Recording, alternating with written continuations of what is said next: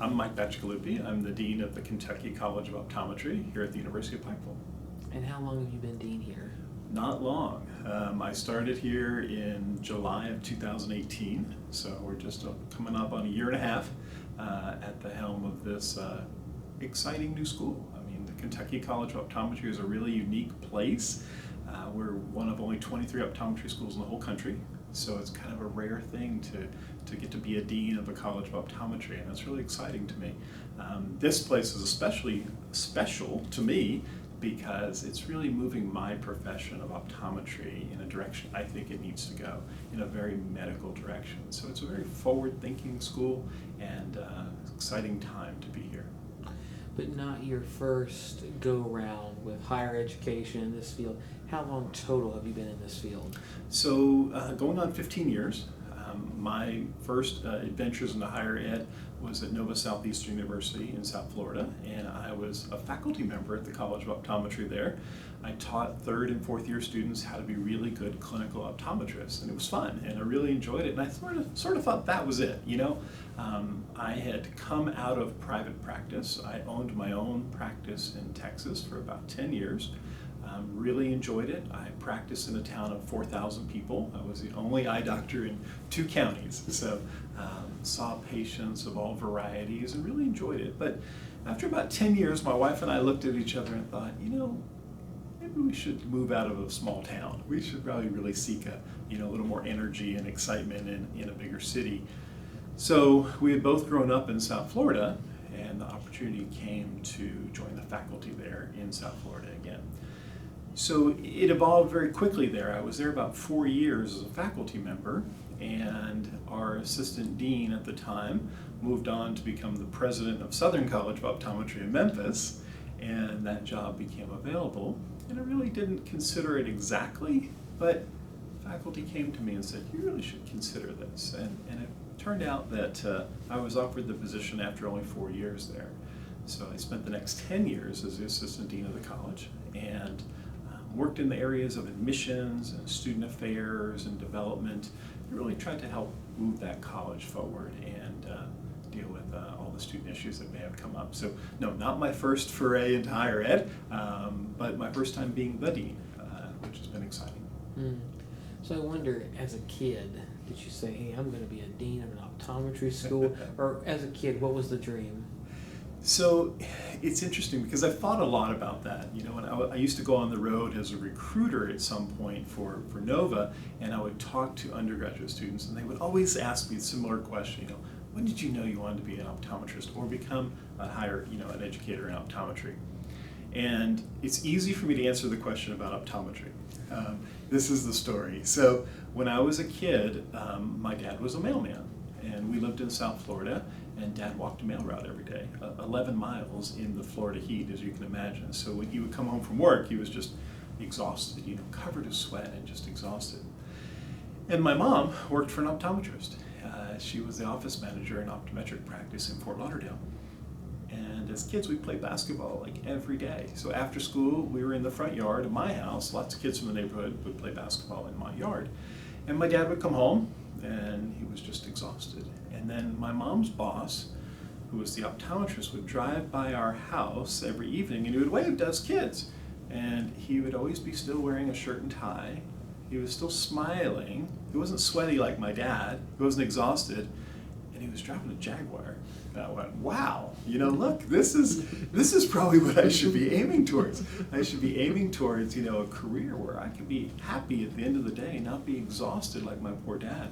So I really thought at that moment, you know, a higher ed's the way to go, and optometry looks pretty good because I see this really happy person who practiced optometry his whole life every day. I see him every day, and really inspired me to think about that. So if you look at my high school yearbook, it says pre-optometry. At that time, I made the decision that that's really the path I should choose. A little complicating factor was I was quite nearsighted, and I had hung out in the office a lot. You know, I was getting different types of contacts and things like that. So it really all came together very quickly at a young age for me. But I'm not practicing optometry anymore. So at some point I transitioned from being a practicing optometrist into education. And that is not maybe like one story like that was.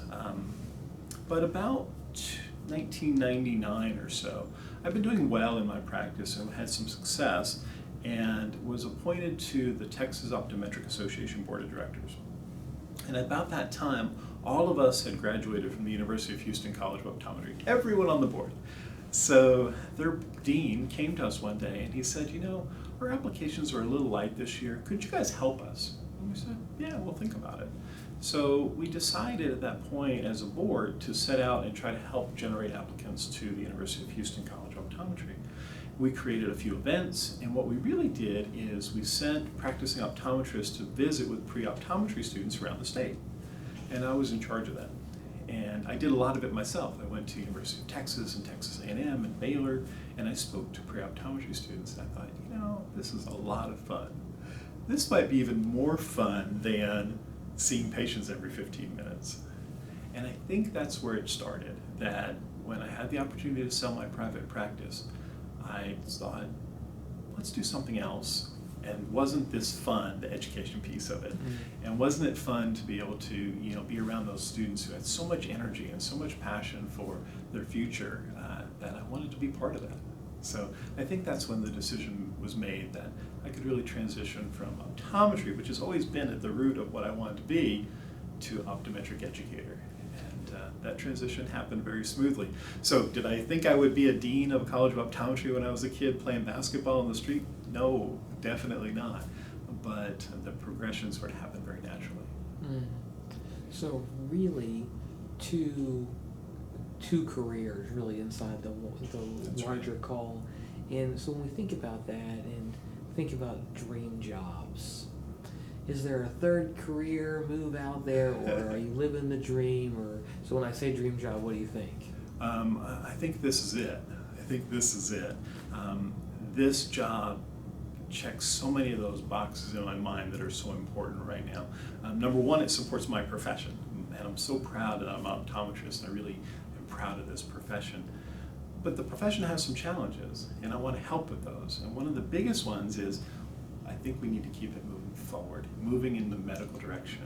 We are doing that here. So we're living that every day at the Kentucky College of Optometry, and that's really exciting to me. So it checks that box, and it allows me to say, I'm still doing what's right for my profession. The profession has been really good to me. I'm still helping grow that. The other part is, you know, I just love the students. The students are fun, they're energized, they're hope for the future. You know, when I think about people saying, oh, the next generation, I'm like, you should meet my students. My students will give you hope for the future of everything, you know, not just medicine and optometry, but hope for the future in general, because they're hardworking, inspirational kids who want to do good. And that's exciting, you know, it's exciting to be around that. So I think this is the dream job at the moment.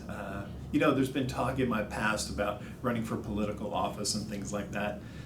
That's still somewhere way back in my mind, but I think this is it. This is what makes me happy. So I guess I won't be able to have you launch your political campaign from this moment. You will not. I'm not going to make any surprise announcements. So you talked about a couple things already. Was there anything else in life that happened to spur you very clearly onto this path in the sense of like, yep, this is for me? You know, what first popped to mind when you said that, Rob, is my wife. My wife and I got married when we were very young. She was 19, and I had turned 20 the month before we got married. So we were kids, and we're still married 33 years later, and very happily married. And I think having that life partner has been probably one of the biggest successes in my life, and what's allowed me to do all these different things. You know, I started to write a book, and it's just sort of an autobiography. No one will ever read it except my mom. But the title of the book, the sort of working title, is called Transitions. And I say in the book that I think the two things that really have made my marriage so successful in life has been keeping promises and transitioning at the same pace as my partner.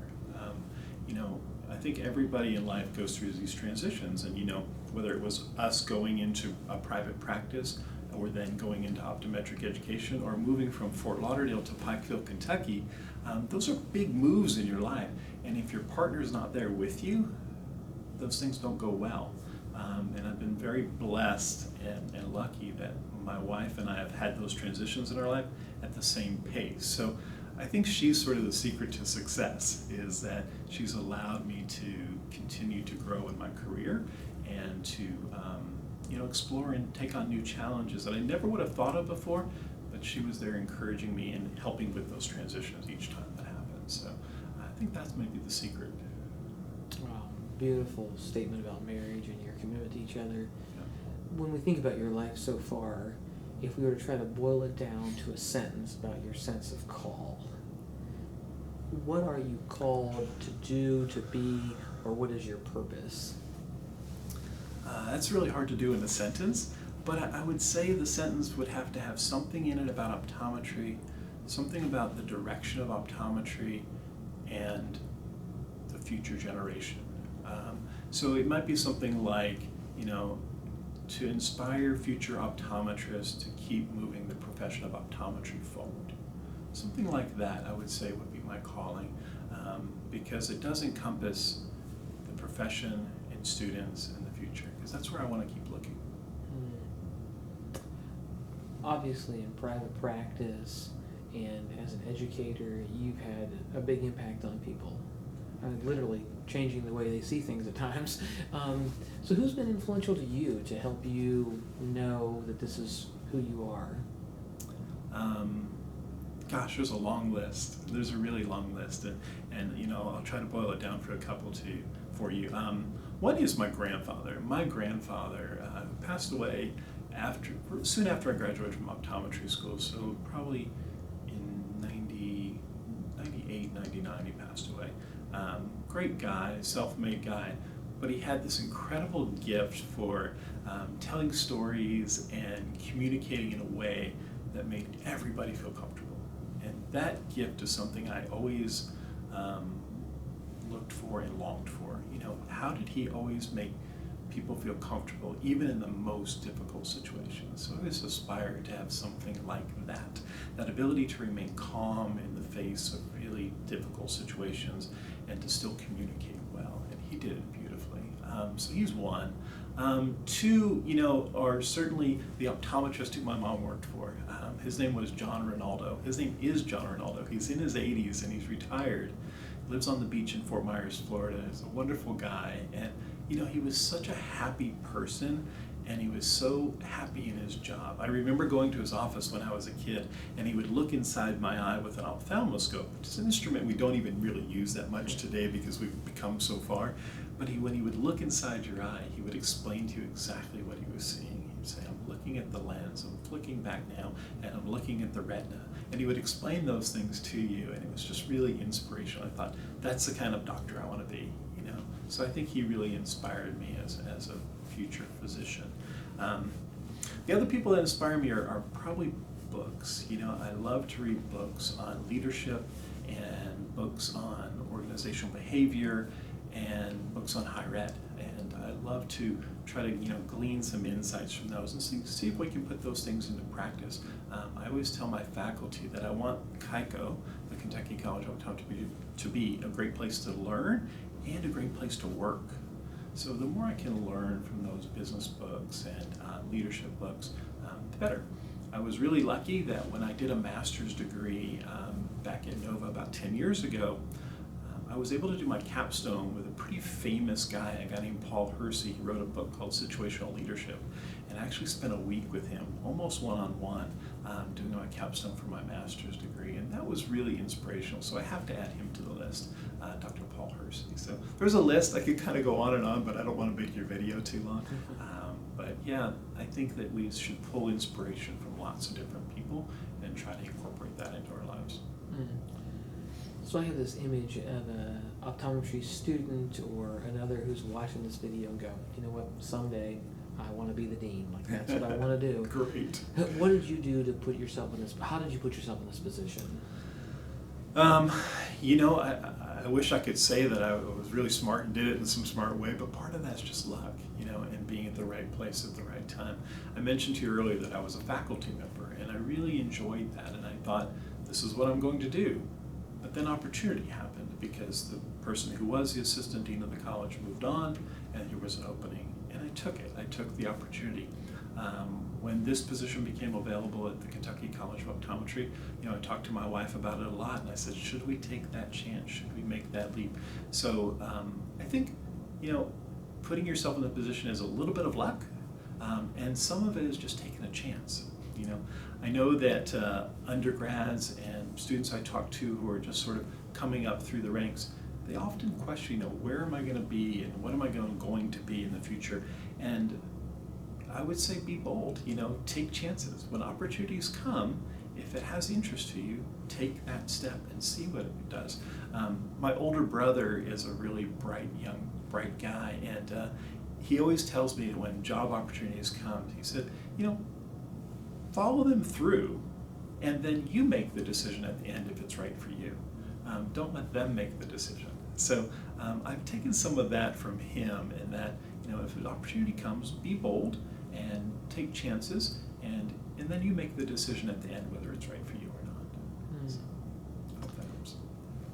When you're dealing with students and maybe alums or just people in the community, and they admit that thing that's rolling around their heart, like, you've got it seems like you got a clear focus in life, but maybe they don't, right? They just have no idea what they need to do with their life. What do you say to people who are struggling with that? I tell them to dive into education and shadowing experiences. I hear this a lot from particularly like biology majors. It's a little bit higher on the ladder than what you may be talking about, Rob, but there may be a biology major and they go, I think I want to do something in the health sciences. Like, okay, that's a lot. There could be a physician's assistant, but they could be a nurse, they could be a psychologist, they could be an MD, a DO, an optometrist, a dentist, whatever. So my advice to them is keep taking those science courses and do shadowing. Go shadow a dentist and see what they actually do from 8 in the morning till 5 at night.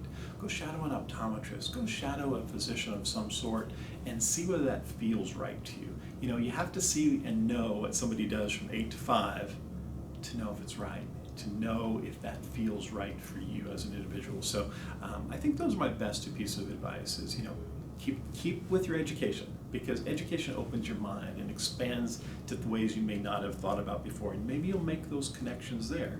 But then do the practical part, do the shadowing, go visit people and see what really their day is like. And if that day feels like something you can envision yourself doing in the future, do it.